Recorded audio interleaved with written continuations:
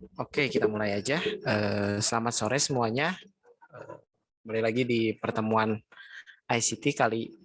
Nah, buat kali ini kita bakal bahas, mungkin nggak akan terlalu nyambung sama yang sebelumnya, karena ada beberapa perbedaan buat kedepannya. Jadi, kan kemarin itu tentang Python gitu. Nah, itu mungkin agak di hold dulu karena ada sesuatu yang harus diberesin dulu gitu. Nah, sekarang kita bakal bahas apa ya, salah satu mungkin jadi motivasi juga buat masuk ke ICT terus lihat ke depannya gimana. Nah, jadi kita akan bahas tentang ICT Career Path. Jadi apa sih yang bisa dilakukan sebagai apa ya, orang yang di ICT gitu.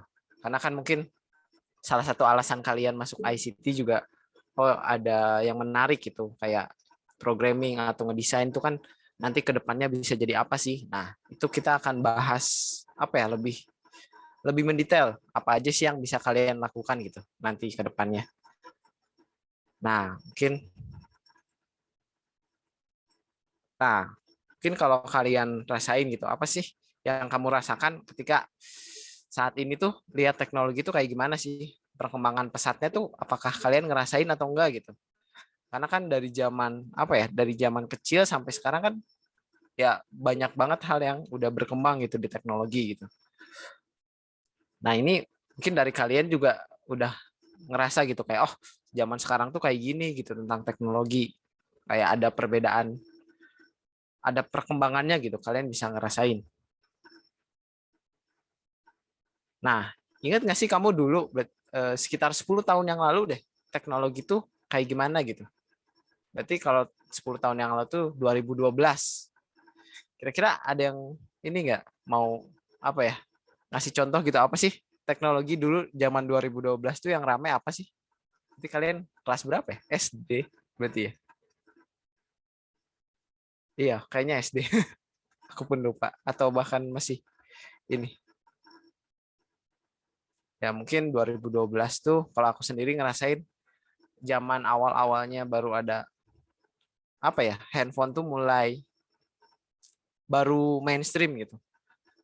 Karena sebelum-sebelumnya tuh handphone tuh rata-rata kayak Nokia, terus kayak ya yang apa ya, HP-nya yang masih zaman-zaman masih belum belum layar sentuh, bahkan itu 2012 tuh mungkin kayak Sony Ericsson kalau mungkin kalian tahu, atau apa ya, mungkin kayak BlackBerry itu mulai di situ mulai berkembang tuh 2012 nggak salah. Itu HP layar sentuh tuh udah ada tapi masih jauh lah, maksudnya belum se useful yang sekarang. Dulu tuh layar sentuh tuh yang itu kayak HP dari Cina gitu kalau nggak salah ya, beberapa teknologi pokoknya di situ tuh teknologi masih belum terlalu settle. Internet juga baru mulai booming, tapi dia tuh nggak di HP boomingnya, itu masih kayak di eh, komputer gitu. Dulu tuh kayak ke warnet kayak gitu untuk misalkan buka Facebook. Facebook tuh baru mulai terkenal juga sih di Indonesia segituan tuh. Kayak baru banyak yang daftar, terus Twitter juga kayaknya baru-baru. Pokoknya di situ teknologinya masih jam apa ya? Belum sejauh yang sekarang gitu. Belum, dan internet sama handphone tuh belum se-mainstream sekarang gitu. Jadi masih banyak orang yang kayak ya nggak terlalu tahu gitu. Telepon tuh masih lumayan sering telepon rumah gitu. Kan kalau sekarang rata-rata udah handphone gitu. Nah, itu 10 tahun yang lalu tuh teknologinya. Terus ya kita bandingin sama sekarang gitu, teknologi yang udah ada. Misalkan dari tadi yang handphone. Sekarang tuh handphone rata-rata udah cukup powerful lah. Terus udah rata-rata juga udah touchscreen, hampir semua bahkan touchscreen. Jarang yang nggak touchscreen. Terus internet juga udah jadi norma kebiasaan lah, apa ya, hal yang lumrah. Kalau dulu tuh ya kalau kita mau internetan tuh kita ke warnet gitu, atau ke mana gitu. Terus apa lagi ya, mungkin komputer juga nggak se laptop juga nggak secanggih sekarang, nggak semaju sekarang gitu sih. Kecepatannya terus si ininya juga lebih, ya mungkin yang paling kerasa tuh di handphone sih. Terus internet juga masih lemot lah karena teknologinya pun masih belum sehebat sekarang. Terus banyak sih unsur-unsur teknologi yang belum gitu. Mungkin kayak kalau kalian ujian, atau sih kalau kalian ujian sekolah sekarang, kalau dulu tuh mungkin ya masih paper based lah istilahnya.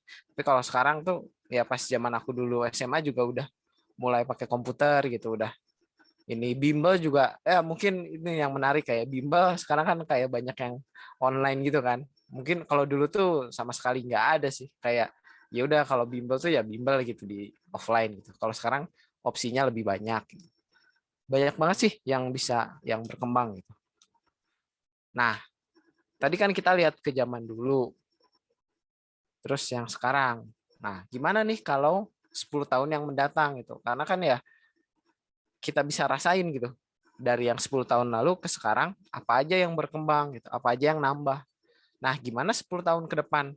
Pasti kan banyak lagi terobosan-terobosan teknologi mutakhir apa gitu yang bakal berkembang 10 tahun ke depan gitu. Nah, ini mungkin jadi salah satu hal yang harus kalian awasin lah, kalian perhatiin, karena kalau kalian nggak keep up sama teknologi yang ada, itu bisa-bisa kalian sendiri bakal ketinggalan lah, ketinggalan kereta atau gimana. Karena ada banyak banget pekerjaan yang baru muncul gitu. Sekarang 10-20 tahun yang lalu tuh nggak ada orang yang kepikiran gitu. Bahkan kayak yang sederhana kayak Gojek gitu ya. Mungkin Gojek didiriin 2010 atau sebelumnya lupa. Tapi kan baru boomingnya mungkin sekitar 2015, 2016, 2017 kalau nggak salah. Nah, itu mungkin 10 tahun yang akan datang akan ada sesuatu hal yang baru lagi, terobosan lagi dari hal yang kita nggak terlalu pikirin gitu. Nah, kalau ya tadi kalau kita nggak keep up, kita yang rugi gitu. Dan ini tuh perkembangan teknologi itu banyak peluang-peluangnya, terutama nanti peluang pekerjaan, terutama peluang pekerjaan sih, karena kan ya nanti 10 tahun mendatang kalian udah kerja lah atau udah di dunia kerja gitu. Nah, itu kalau kalian nggak hati-hati, nanti kalian bisa kegantiin tuh pekerjaannya. Mungkin ya nggak kegantiin sih, mungkin pekerjaan kalian yang kalian pikirin sekarang, itu mungkin nanti bisa jadi nggak relevan atau gimana. Nah, aku pengen kalian tuh udah siap-siap gitu dari sekarang, apa aja sih yang kira-kira bakal booming nanti.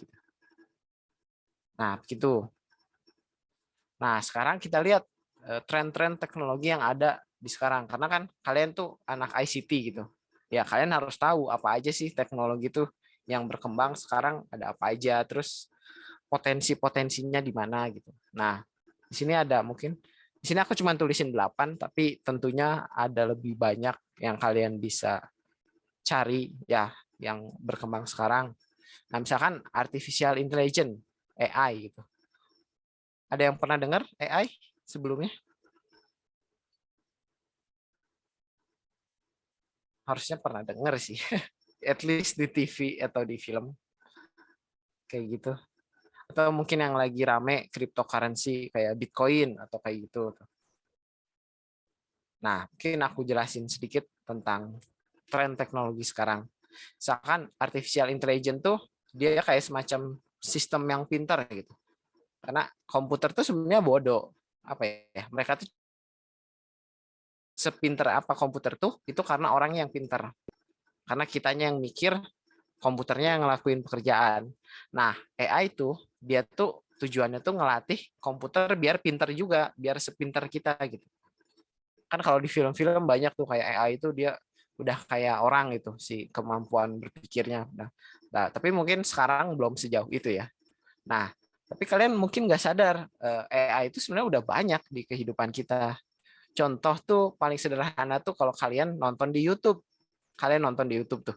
Misalkan ada video tentang apa ya? Kalian nonton video tutorial tentang ini. Nanti tuh si YouTube bakal tahu, oh kalau kalian nonton ini nih video yang cocok buat kamu nih, disuguhin. Nanti kita klik. Nah, itu salah satu pekerjaan dari artificial intelligence. Ya mungkin dia sederhana atau ya maksudnya nggak seedan yang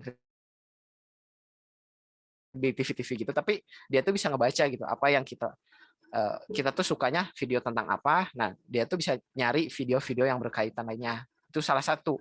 Nah, itu di tempat lain ada juga, di Tokped lah, di kalian search di Gojek, misalkan kalian nyari makanan atau di Tokped beli barang suatu, nah itu ada sistem AI di dalamnya yang ngedetek, oh kalian tuh ternyata suka barang ini atau suka makan ini. Nah, nanti dia rekomendasiin ini. Dan banyak lagi. Nah, jadi si penerapannya tuh nggak apa ya, subtle disebutnya apa ya, kayak kita nggak nyadar gitu istilahnya, kita ya pakai aja gitu ya, karena itu jadi sangat memberikan kemudahan bagi kita gitu. Terus di sini ada blockchain atau cryptocurrency ya, ini kalau kalian tahu Bitcoin atau ya NFT itu yang mungkin kalian dengar. Nah, itu tuh teknologi apa ya, semacam gimana caranya kita transaksi tapi nggak terikat suatu bank. Nah, itu di blockchain sama cryptocurrency. Nah, itu kalau kalian nih misalkan eh, kurang tahu tentang blockchain atau cryptocurrency, bisa jadi tuh nanti misalkan ada orang yang nipu atau gimana tuh tentang cryptocurrency atau gimana. Nah, itu bahaya banget kan. Jadi kalau sebagai apa ya, sebagai anggota ICT itu harus tahu gitu, kayak oh blockchain tuh tentang ini gitu, terus potensinya bahayanya kayak gitu. Terus ada cloud computation, ini tuh ini mungkin kalian sering bikin Gdocs atau bikin G-Slide atau pokoknya yang pakai yang misalkan dari Google gitu, atau bikin Gform. Nah, itu kan disimpannya istilahnya datanya itu nggak disimpan di kalian kan, di laptop kalian, tapi disimpannya di cloud namanya tuh, kayak sistem penyimpanan berbasis cloud. Jadi dia nggak disimpan di kita, tapi disimpan di server gitu. Nah, lama kelamaan tuh apa ya, si data tuh nggak perlu disimpan di komputer kita sendiri, bisa disimpan aja di server, karena kan biar laptop kitanya juga atau PC kitanya tuh kayak nggak ngabisin memori. Terus karena cloud computation tuh kalau laptop kita misalkan nge-lag atau jelek gitu sih ininya, nah kalian mau misalkan ngeran sesuatu, itu bisa misalkan ngeran di server. Mungkin nanti kayak kalian bisa aja main game, nah si gamenya tuh bukan di run di laptop atau PC kalian, tapi runnya tuh di server. Nah, yang ditampilin ke kalian tuh cuman si layarnya doang. Jadi kalian main, tapi yang ngolah si gamenya tuh di server gitu. Nah, kayak gitu. Terus mesin automation ya, ini kita otomasi mesin-mesin kayak gitu. Terus, nah mungkin ini yang menarik itu Internet of Things. Nah, Internet of Things tuh paling simpelnya tuh kalau kalian tahu kayak semacam Alexa atau Google Assistant gitu. Nah, dia kan dia tuh nyambungin antara internet sama barang-barang, misalkan lampu, pintu, dan lain-lain. Jadi kalian bisa misalkan matiin lampu lewat HP gitu, atau nutup jendela pakai HP. Nah, itu salah satu kegunaan Internet of Things. Dia nyambungin barang-barang pintar dengan internet biar kita bisa atur gitu. Nah, itu mungkin 10 tahun yang mendatang bakal jadi normal gitu. Misalkan kalian di rumah matiin lampu, udah nggak usah pakai strekan lagi, udah tinggal bilang aja mati, lampu mati gitu, kayak gitu. Terus ya aplikasi mobile apps pasti kalian udah sering pakai lah, nggak mungkin gitu di HP kalian kalau nggak ada mobile apps yang nggak jalan gitu, nggak berfungsi gitu. Terus ada big data. Nah, ini big data tuh semacam apa ya, dia tuh ngolah data yang banyak gitu, karena kan zaman sekarang tuh data banyak banget yang dikumpulin karena kan teknologi bla bla bla. Misalkan data orang yang vaksin atau data orang yang gimana, itu kan banyak banget tuh data dan dikumpulin juga. Nah, big data tuh dia ngolah, terus dari hasil diolah itu jadi ada kesimpulan atau jadi kayak oh ternyata trennya kayak gini atau gimana. Nah, itu di big data tuh kayak gitu. Terus personalisasi, misalkan yang tadi yang kalian misalkan nonton video gitu tentang ini, nanti si YouTube-nya tahu oh kalian sering nonton video ini, dikasih video ini gitu. Terus ada web apps yang mirip kayak mobile apps itu. Kalau web apps tuh aplikasi yang nggak usah kalian install di laptop, kalian tinggal buka di browser bisa. Nah, itu web apps ya. Dan banyak lagi tren-tren teknologi yang bisa kalian cari tahu gitu. Dan ini bakal kedepannya tuh bakal ngaruh banget gitu ke kehidupan kalian. Jadi jangan sampai kalian ketinggalan kereta tadi, nggak tahu apa-apa, dan akhirnya malah kena tipu atau dimanfaatin orang. Nah itu jangan sampai lah. Terus ya ini bakal penjelasan aja. Sekarang tentang pekerjaan di bidang IT gitu, yang sangat dibutuhkan karena ya tadi perkembangan teknologi pesat banget. Tapi orang yang ngerti IT-nya juga nggak sepadan gitu.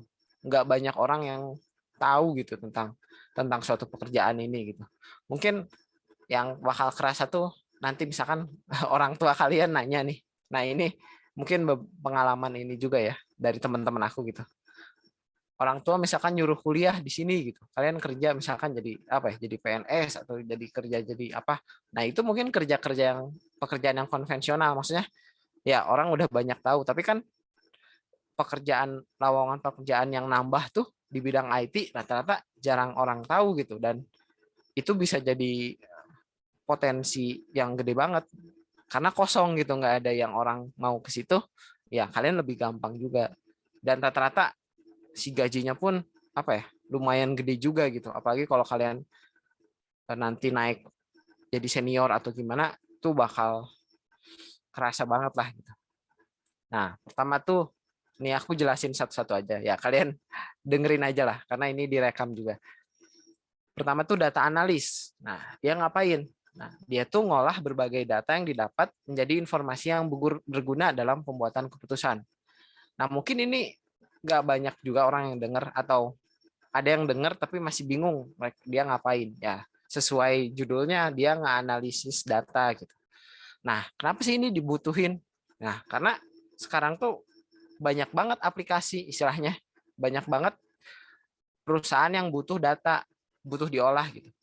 Misal tuh kalian ini deh, kalian sering, mungkin dari kalian sering mesen makanan di GoFood atau di GrabFood.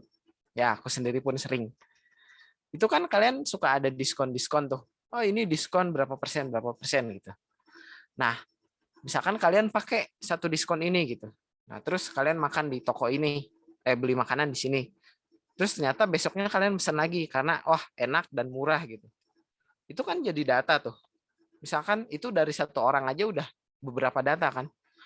Bayangin yang makan tuh, yang beli tuh misalkan sampai ribuan atau ratus ribu gitu. Itu kan banyak banget data yang didapetin. Oh, toko ini sepi, oh toko ini rame, oh toko ini diskonnya gede segini atau gimana. Nah, nanti itu data analis tuh dia ngolah data yang tadi didapat, terus ini kesimpulannya apa sih? Ini tuh, oh mungkin kita bisa naikin sales di bagian ini, penjualan di bagian ini. Nah, itu kerjaan data analis gitu. Dari data yang asalnya nggak bisa dibaca orang, dia olah, terus dia hasilkan suatu apa ya, kayak pernyataan atau kondisi atau gimana, kayak oh ini tuh kayak gini loh. Kita bagusnya bikin ini. Nah, itulah singkatnya data analis. Terus AI engineer, mungkin tadi dijelasin tentang AI. Ya dia bikin sistem AI buat di berbagai bidang gitu. Di bidang kesehatan, di bidang militer, di bidang politik. Wah banyak banget deh AI mau diterapin kemana pun kayaknya bisa gitu. Nah tadi kan diterapin ke banyak hal. Tapi kalau banyak orang yang ngerti AI-nya dikit, ya capek apa ya, susah juga buat berkembangnya. Nah, makanya kalau kalian tertarik bisa tuh jadi AI engineer. Terus ada web developer. Nah, ini mungkin kalian sering ke website atau gimana. Nah, ini banyak orang yang terlibat di suatu website itu. Nah, ini namanya front end. Front end tuh ya depan, front. Dia tuh tugasnya ngerancang tampilan sama kerangka websitenya gitu. Jadi misalkan kalian ada judul, ada gambar, misalkan di web ya, ada tulisan. Nah, itu yang ngerancang susunan kayak gitunya, ngerancang si itunya tuh si front end. Dia tuh bikin dia HTML, CSS kayak gitu. Dia bikin kayak semacam codingan buat nampilin si websitenya. Itu front end ya. Dia fokusnya ke tampilan. Ada back end. Tadi front end, ini back end. Kalau back end tuh dia ngerjain yang fungsinya atau apa ya? Fungsional. Misalkan kalian daftar ke suatu website. Nah, tampilannya itu dari sama front end. Nah, tapi yang nyimpen data daftar tadi itu si kerjaan back end gitu. Dia ngelola server, dia ngelola data yang didapat. Terus dia juga ngatur-ngatur misalkan ada animasi. Nah, itu yang lumayan itu tuh yaitu kombinasi dari front end sama back end sih. Tapi pokoknya yang butuh pengolahan kayak gitu itu di back end. Terus ada full stack. Nah, ini tuh dia orang yang bisa front end dan back end. Terus dia kerjain sekaligus. Nah, itu disebutnya full stack.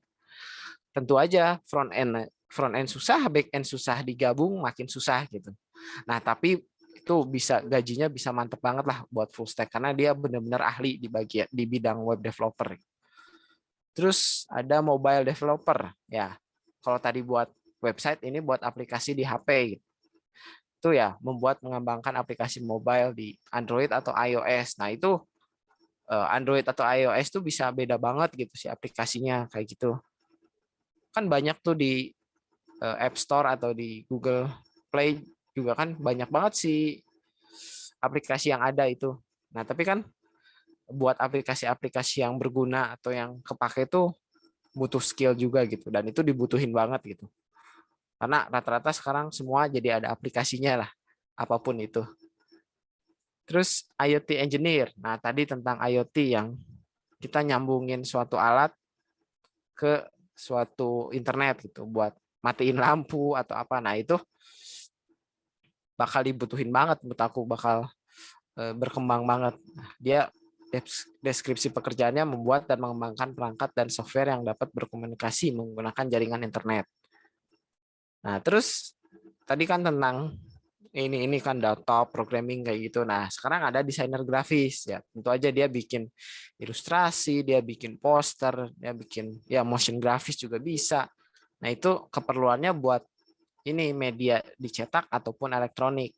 Ya, minimal kayak ini PPT ini tuh didesain gitu. Nah, itu bisa jadi kerjaan desainer grafis juga gitu untuk ngedesain suatu PPT atau ngedesain yang lainnya, postingan di IG lah atau poster yang kalian sering lihat atau iklan, papan iklan. Nah, itu semua bagian dari desainer grafis. Mungkin nanti bakal ada spesifikasinya. Jadi kayak kalian khusus ngerjain apa gitu, bikin logo, bikin tampilan web atau yang lain-lain tuh banyak banget gitu.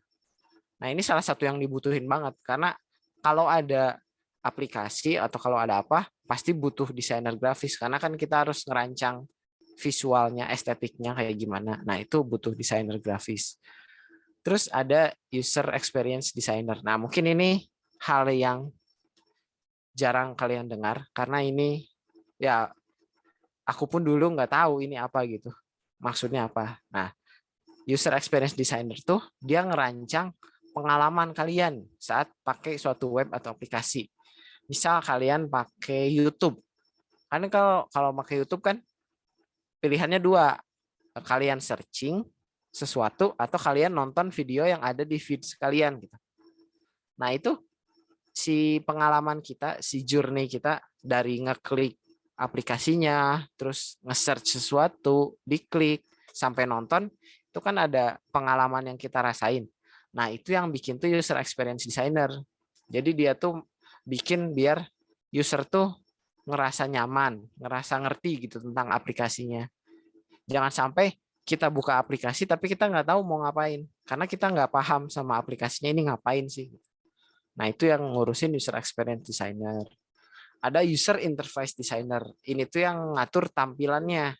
Misalkan di Tokped, itu kan ada logo-logonya warna hijau, terus ada logonya, ada pokoknya segala sesuatu yang tampilannya itu didesain sama user interface designer atau UI designer. Nah, biasanya dia kerjasama sama yang tadi UX. Jadi UX bikin rancangannya gimana, yang rancangannya tuh yang masih kasar lah bentuknya. Nanti UI designer bikin desain yang lebih bagus gitu, yang finalnya gimana. Nanti dari UI designer bisa lagi dioper ke tadi yang web developer, front end, back end. Nah, itu kolaborasi lah gitu.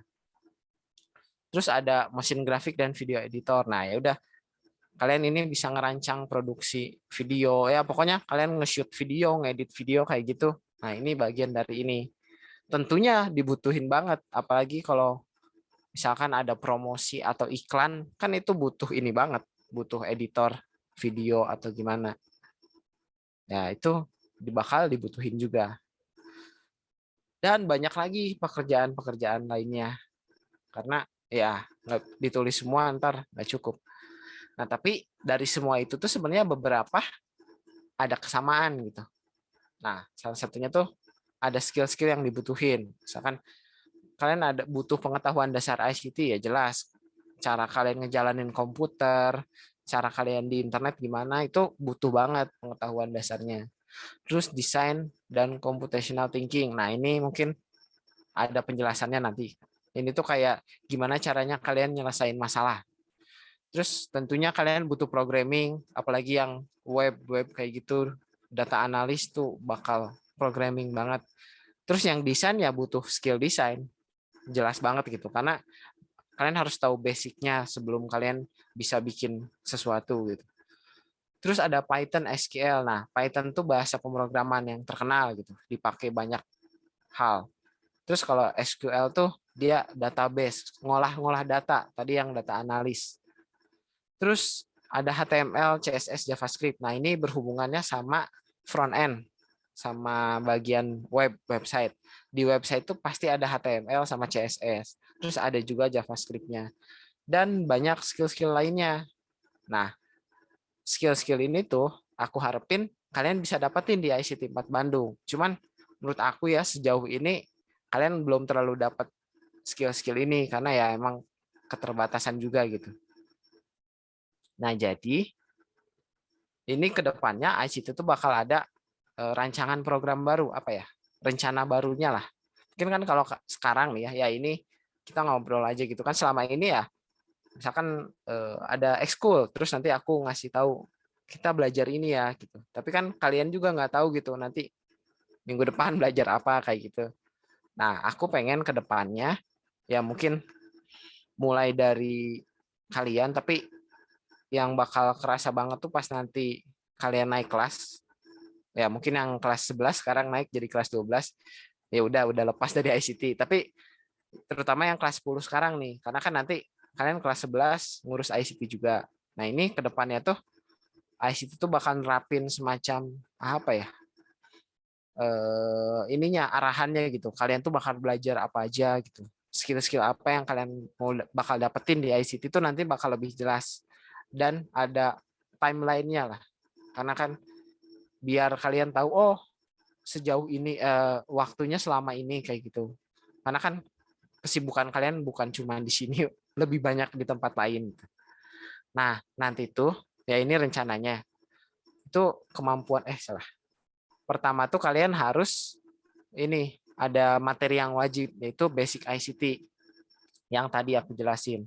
Nah, jadi ini semuanya buat yang pengen ke program atau desain, kalian terus belajar ini. Nah, nanti di sini tuh kalian dijelasin tentang sejarah perkembangan komputasi dari dulu pertama komputer sampai sekarang kayak gimana. Terus cara kalian mau manage aplikasi atau sistem operasi, misalkan cara nginstal, cara nge-uninstall yang baik dan benar, cara aplikasi yang bermanfaat tuh apa aja, terus yang bahaya tuh apa aja, terus cara kalian misalkan laptop kalian nge-lag gitu. Nah, itu harus kalian apain. Nah, itu nanti kalian belajar juga gitu di sistem operasi itu kayak gimana sih cara kerjanya. Terus ada penggunaan internet ya jelas kalian bakal berhubungan dengan internet. Nanti kalian bakal diajarin tentang dari yang dasar kayak cara searching di internet kayak gimana. Nanti kalian bakal belajar juga cara kerja internet gimana, apa itu website, apa itu HTTPS dan lain-lain tuh kalian bakal belajar gitu. Terus tentang VPN, tentang apa ya, domain, terus DNS kayak gitu kalian bakal belajar lah di situ. Nanti jadi kalau kalian nanti bermasalah tentang internet, kalian tahu gitu apa yang harus kalian lakukan. Terus yang keempat tuh manajemen berkas dan tautan. Nah, mungkin ini rada bingung juga kalian misalkan.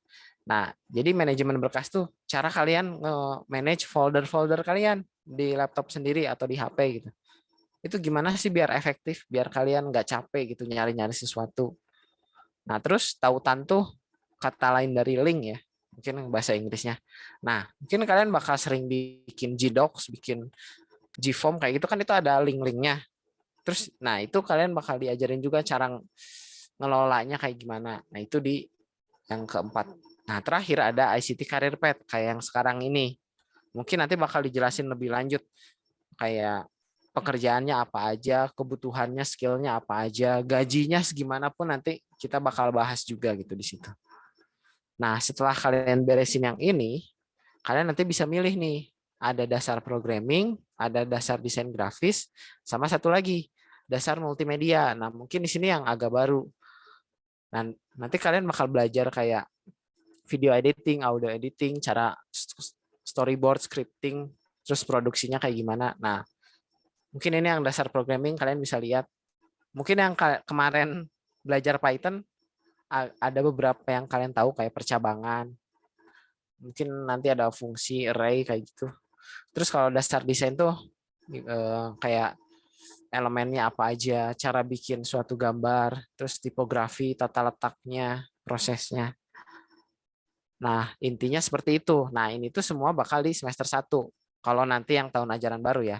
Nah, tapi yang sekarang misalkan kelas 10 jadi kelas 11, itu boleh juga ikutan. Itu nggak ada batasan. Pokoknya nanti kalian bakal diajarin gitu pas semester 1 ini. Mungkin nanti bakal nggak cuma aku aja yang ngajar, bakal ada teman aku yang lain ngajarnya. Gitu. Nah, tapi untuk yang basic ICT ini, itu yang kalian sekarang kelas 10 dan yang kelas 11 sekarang itu bakal diajarin juga di semester sekarang. Mungkin agak ya beberapa sisa waktu sekarang kalian bakal belajar tentang basic ICT. Sebelum nanti yang kelas 10 naik kelas 11 terus jadi pengurus juga kan. Yang kelas 11 jadi kelas 12 mungkin ya fokus di kelas 12 atau yang kelas 12 mau ikutan kelas ini juga boleh aja gitu. Karena ya bebas-bebas aja sih, aku nggak terlalu kayak harus kelas 12 nggak boleh ya, tetap boleh aja. Cuman mungkin nantinya bakal kesibukan yang lain, SBMPTN, bla bla bla gitu. SNMPTN. Nah, nanti di semester 2-nya kita bakal belajar lebih spesifik lagi. Kalau tadi kan dasar, ini tuh lanjutan, materi lanjutannya kayak Python, SQL, tadi HTML, CSS, JavaScript, vector editing, di desain, bitmap editing. Bahkan kalau mau bikin 3D, boleh juga HU aja kalau mau gitu. Jadi intinya semester 1 dasar-dasarnya, semester 2 kalian lanjutin gitu. Si materinya. Oke, jadi paling itu aja sih yang aku mau jelasin sekarang. Karena intinya tuh aku pengen ngejelasin lagi sih kenapa alasan kalian buat masuk ICT itu kenapa gitu, dan mungkin buat biar kalian lebih ini lagi ya, apa ya?